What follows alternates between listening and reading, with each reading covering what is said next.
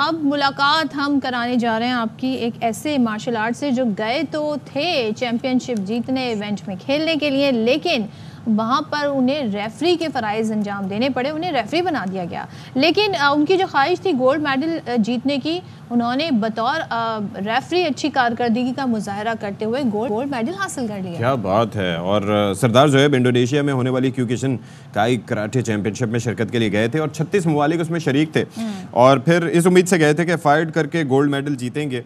लेकिन ये हुआ क्या, रेफरी कैसे बने, ये क्या सिलसिला था, ये ज़रा उनसे जान लेते हैं। सरदार ज़ोएब हमारे साथ मौजूद हैं। Thank you so much for joining. ये हमें ज़रा बताइएगा कि गए आप किसी और मकसद के लिए, मकसद तो गोल्ड मेडल जीतना था, लेकिन आपकी एक्सपर्टीज़ थी क्यूकिशन में और फिर आप रेफरी बन गए। How did that happen? अस्सलाम वालेकुम। Thank you very much. आप लोगों ने यहाँ पे इनवाइट किया। हुआ कुछ इसी तरह से था कि हम लोग पाकिस्तान की तरफ से इंडोनेशिया में एक चैम्पियनशिप आ रही थी, वर्ल्ड चैम्पियनशिप। हमने उसमें पार्टिसिपेट करना था एज अ फाइटर। तो जब हम लोग पहुँचे इंडोनेशिया, वहाँ पे जब फ़ाइट से एक दिन पहले ना, क्योंकि आपको पता जब वर्ल्ड कप होता है तो सारी चीज़ें प्री प्लान होती हैं। तो जब हम लोग गए, हम अपने फ़ाइटर रजिस्टर करवा रहे थे, तो फिर उन लोगों ने जो उनकी कमेटी थी उनसे बातचीत हुई। उन लोगों ने हमारा स्पेशली मेरा नॉलेज देखा क्यूकिशन के बारे में। तो फिर उन लोगों ने मुझे ऑफ़र की कि आप इस तरह कह रहे हैं कि एज आ रेफरी हमारे साथ ज्वाइन करें। तो ये पहली दफ़ा इस तरह हो रहा था कि पाकिस्तान की तरफ से अगर हम खेलने जा रहे हैं तो वहाँ पे इस तरह की अपॉर्चुनिटी आपको मिले कि आप रेफरी बने। तो फिर मैंने इसको एक्सेप्ट किया। तो वहाँ पे तकरीबन पूरे टूर्नामेंट में रेफरी के फ़राइज़ मैंने और मेरे साथ जो मेरे सीनियर थे टेक्सला से थे, आज़म सर। अच्छा।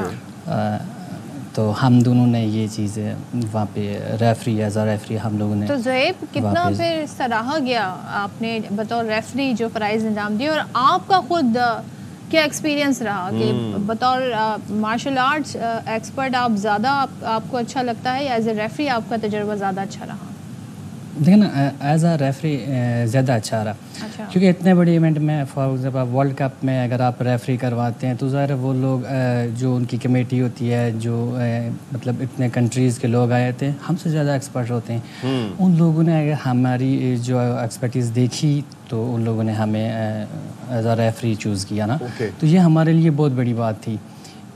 सरदार ज़ोएब एक और चीज़ है, ये तो जाहिर है कि आपकी एक्सपर्टीज़ और आपकी स्किल सेट और आपकी अंडरस्टैंडिंग ऑफ द गेम को जाहिर करता है, लेकिन एक इंसान के अंदर एक कम्पेटिटिव सोल होती है, एक हंगर होती है, you know, to fight and you no.